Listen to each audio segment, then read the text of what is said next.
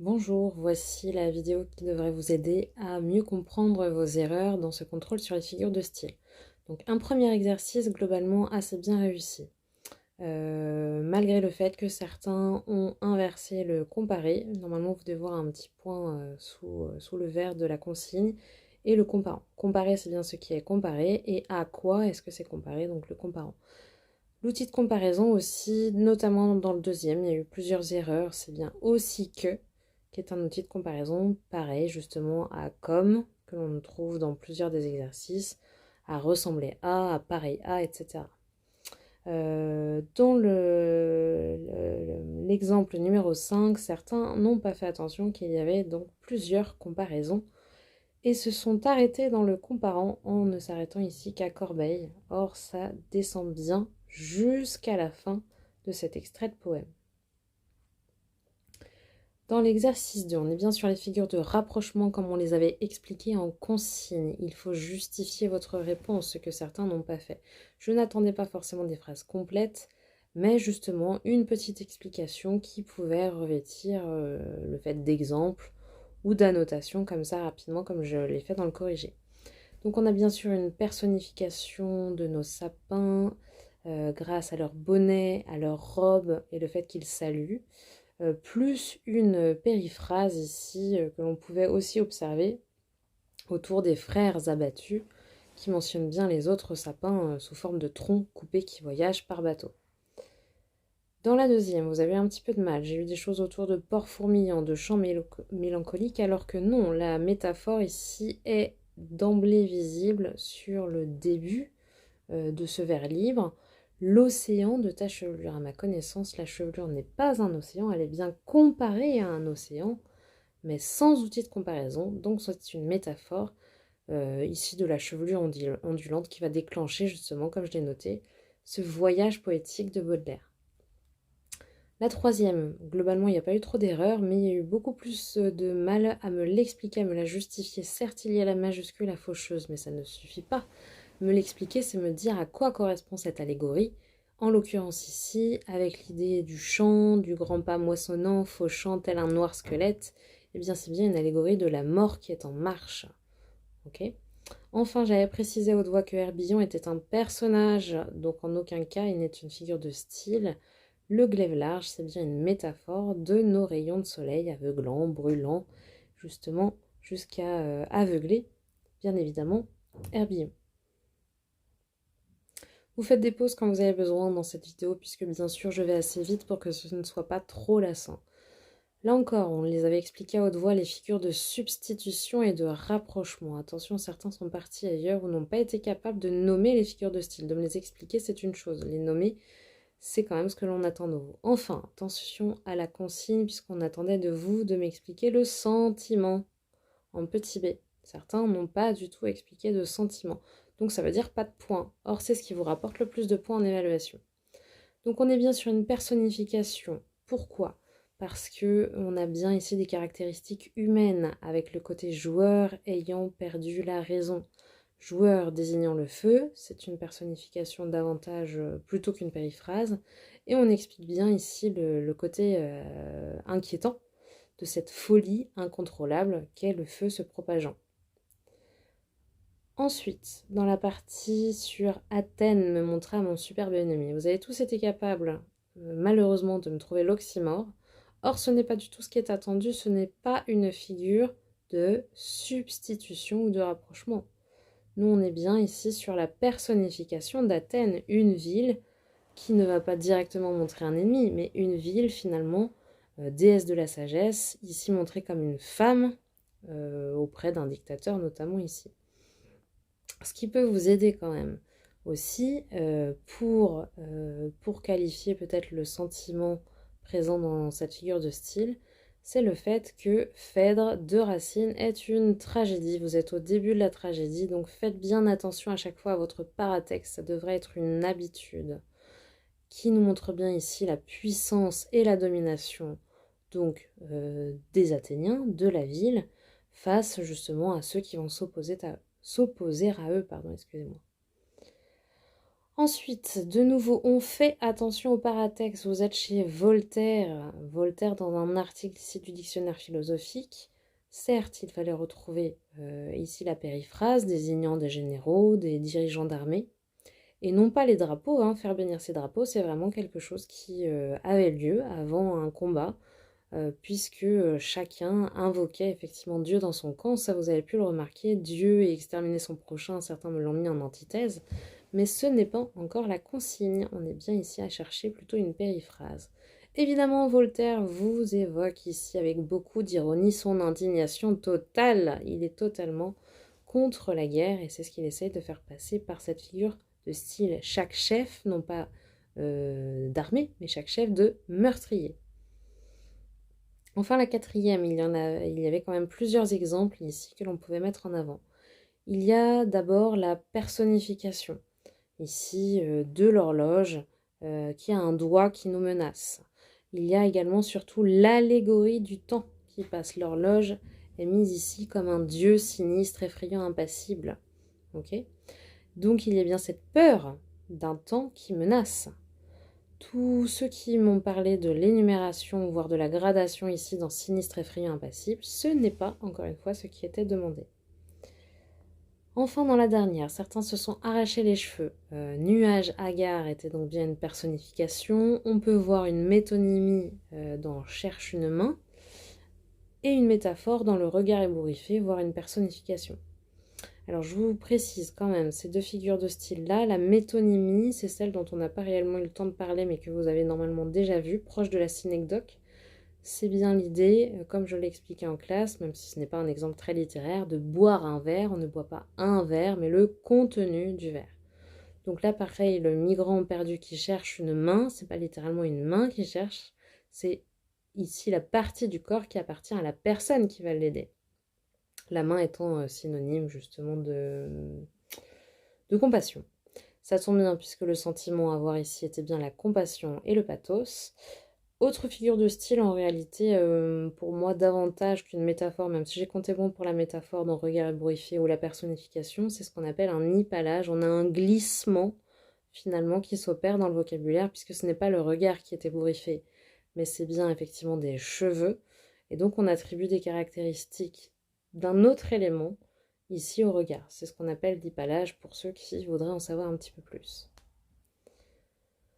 Ensuite, exercice 4, on est bien sur les figures d'opposition. Il y a eu beaucoup moins de soucis dans cet exercice-là. Donc on pouvait en repérer deux dans le premier, j'ai compté bon dès qu'il y en avait une de donnée, entre lynx et taupe, ou entre les mots tout et rien. On est bien sur des antithèses puisque les mots ne sont pas collés les uns aux autres. Cette antithèse, la deuxième en tout cas, tout et rien, est bien marquée par un chiasme. Nous pardonnons tout, qui est directement repris par et rien aux autres hommes. Donc c'est bien ici la structure d'un chiasme et non pas d'un parallélisme. L'effet produit, c'est bien ce qui est demandé dans la consigne petit b, systématiquement ici. Faites attention, c'est ça qui vous rapporte encore une fois le plus de points.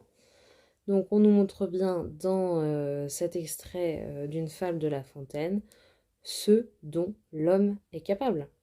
D'accord ? Finalement, voilà les contradictions propres à l'être humain. C'est bien ça qu'il faut expliquer, puisque vous avez tendance, pour certains, et ça s'est vérifié d'autant plus avec la deuxième, à me paraphraser absolument les exemples. Ça n'apporte strictement rien. Paraphraser, ça veut dire quoi ? Ça veut dire reprendre les mots du texte sans apporter de sens. Pour certains, vous m'avez bien trouvé l'oxymore, donc le fait ici que les mots sont collés l'un à l'autre et sont de sens contraire, mais vous m'avez juste dit que ça montrait que la paix était sanguinaire. Bah oui, je le sais, c'est écrit. Ok ?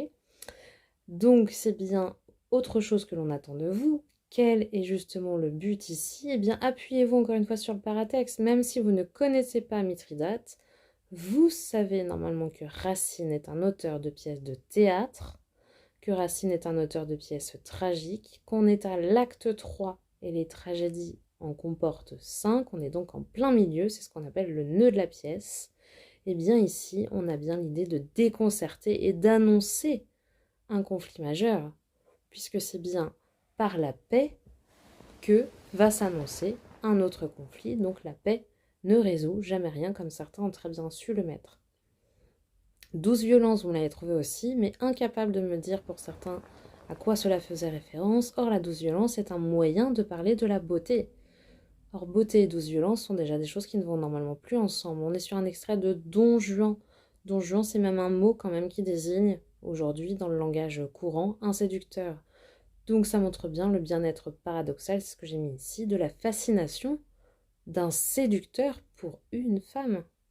D'accord? Cette douce violence, c'est à la fois faire violence à cette femme et s'accorder effectivement un plaisir de libertin, de séducteur, aux dépens de cette femme.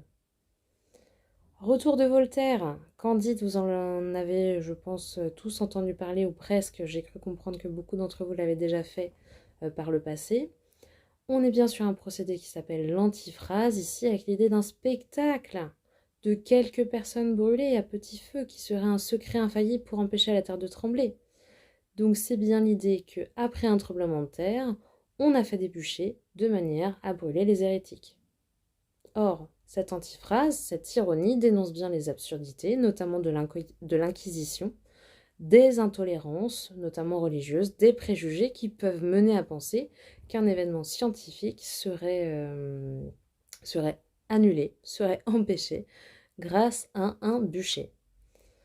Enfin, dans cet exemple de Molière, on retrouve un chiasme que beaucoup ont vu, mais n'oubliez pas de me signaler en fait les figures de style que vous repérez. Vous me les avez nommées pour plusieurs sans me les repérer dans le texte. Donc où voulez-vous que je les trouve? Il faut que je les devine peut-être? Eh bien non, ce n'est pas mon métier de deviner. Un chiasme, on peut également parler d'antithèse effectivement entre les deux parties. Ici, je veux me fâcher, je ne veux point entendre, puisqu'on passe de l'affirmatif à la négation. J'ai oublié de mettre l'explication ici. On a bien justement quelqu'un qui fait entendre sa voix singulière personnelle en reprenant la même structure que celle qui est précédente, de manière à afficher sa singularité, justement ses choix à lui qui vont le faire exister. Alors, exagération, atténuation et insistance, pareil, on les avait nommés lorsqu'on avait lu les consignes. L'effet produit, encore une fois, pour plusieurs d'entre vous, manque, et c'est bien dommage, c'est ce que l'on attend de vous en première, être capable de nous expliquer à quoi sert la figure de style. Donc dans cet exemple tiré de Cyrano de Bergerac, la pièce, vous avez le personnage Cyrano qui s'exprime grâce à une gradation, une énumération dans je vous aime, j'étouffe, je t'aime, je suis fou, je n'en peux plus, c'est trop. D'où le fait que j'ai mis ma flèche ici. Mais quel est l'effet produit? Eh bien celui d'une envolée, d'un souffle lyrique, alors que le personnage justement s'essouffle et s'étouffe comme le signifient les mots qu'il a employés. Qu'est-ce qui lui coupe ce souffle? Eh bien, c'est bien l'amour, alors que l'amour, justement, est un élan vital, quelque chose qui amène la vie, mais qui ici semble le mener à la mort. Pour ceux qui connaissent Cyrano, effectivement, c'est un personnage pour lequel ses amours seront toujours tristes. Certains m'ont su me nommer le fait qu'il y avait une répétition, mais pas me dire que c'était une anaphore. D'autres sont partis dans totalement autre chose. La description n'est pas une figure de style, hein. C'est bien l'anaphore ici d'un mot situé au même endroit en début de phrase. Sur quoi insiste-t-elle? Eh bien sur la solitude d'un personnage et sa détresse à la fois physique et mentale dans une description, effectivement assez réaliste, mais néanmoins poétique. Le retour de Candide, encore une fois, faites attention à votre paratexte, ça vous aide. Il est question de Voltaire.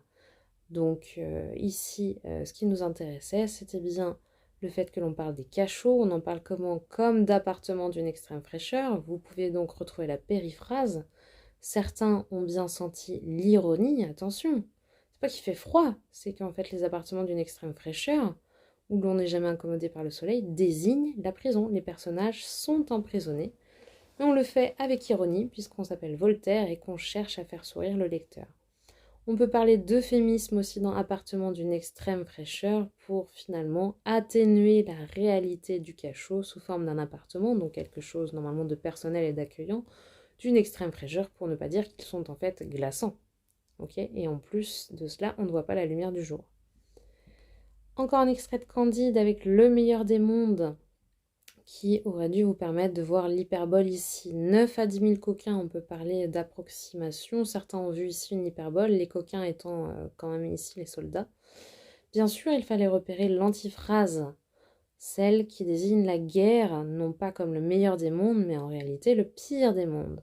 Il y a bien l'ironie de l'auteur avec la caricature de la thèse adverse, celle de la guerre comme étant le meilleur des mondes, ici ridiculisée. Et vous avez eu du mal dans la dernière. Tant de belles personnes, d'aube admirablement bien fait. Voilà une auteure qui en fait trop. Grâce à des hyperboles, elle exagère justement cette image de la cour et donne l'illusion d'un monde parfait, mais d'un monde surfait et contrefait, comme je l'ai mis ici, grâce finalement à cette exagération. Bien, on pourrait faire d'autres exercices en plus, peut-être pour aller plus loin. On verra ensemble si nous en avons besoin ou pas. Dans tous les cas, retravaillez vos figures de style, retravaillez vos exercices et surtout, pour certains, il est temps d'apprendre votre cours. Bon courage!